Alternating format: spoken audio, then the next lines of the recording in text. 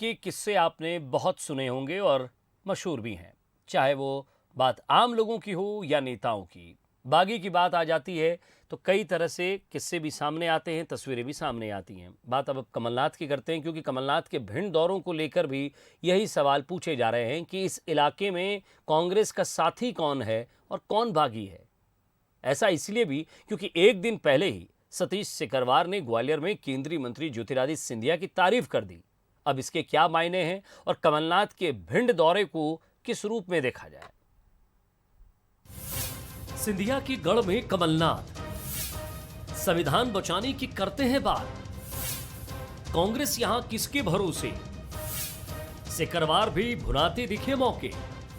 ग्वालियर में मंगलवार को सिंधिया की तारीफ करने के बाद से कांग्रेस विधायक सतीश सिकरवार भले ही आउट ऑफ रिचेबल है, लेकिन वहां से 78 किलोमीटर दूर भिंड में बुधवार को कांग्रेस की जन आक्रोश रैली और यहां कमलनाथ की मौजूदगी सबकी जुबान पर है। इसके कई मायने निकाले जा रहे हैं। साथ ही ये बहस भी गर्म है कि क्या सिकरवार का सिंधिया प्रेम कांग्रेस के लिए कई मुश्किलें खड़ी कर सकता है। वैसे कमलनाथ ने भिंड में जो कुछ कहा वो भी 2023 के विधानसभा चुनाव के लिहाज से काफी अहम है। बाबा साहब अम्बेडकर ने चुनौती स्वीकार करी थी और अपने देश को संविधान दिया, ऐसा संविधान दिया जो पूरे विश्व में मशहूर है। कई देशों ने बाबा साहब अम्बेडकर के बनाए हुए संविधान को अपनाया, पर अगर अच्छा संविधान गलत हाथों में चला जाता है तो उस संविधान का क्या? ये आज हमारे सामने चुनौती है। वैसे कमलनाथ के इस दौरे पर बीजेपी की तरफ से तंज कसने का सिलसिला जारी है। कल केंद्रीय मंत्री ज्योतिरादित्य सिंधिया तो आज गृह मंत्री नरोत्तम मिश्रा निशाना साधते हुए नजर आए। जमीन से जुड़ने के लिए रखें तो सबसे पहले जमीन से जुड़े जो हमारे वरिष्ठ सदस्य हैं, लाहौर के विधायक गोविंद सिंह जी मेरे मित्र, जिनको कहने के बाद भी नेता प्रतिपक्ष इन्होंने नहीं बनाया था, 2 पद लिए हुए हैं, जमीन से जुड़ने की मिसाल पेश करें और भिंड में ही घोषणा उन्हें नेता प्रतिपक्ष का 1 पद देने की करें तो उनका दौरा सार्थक होगा, नहीं तो ऐसे ही हवाई दौरे हैं।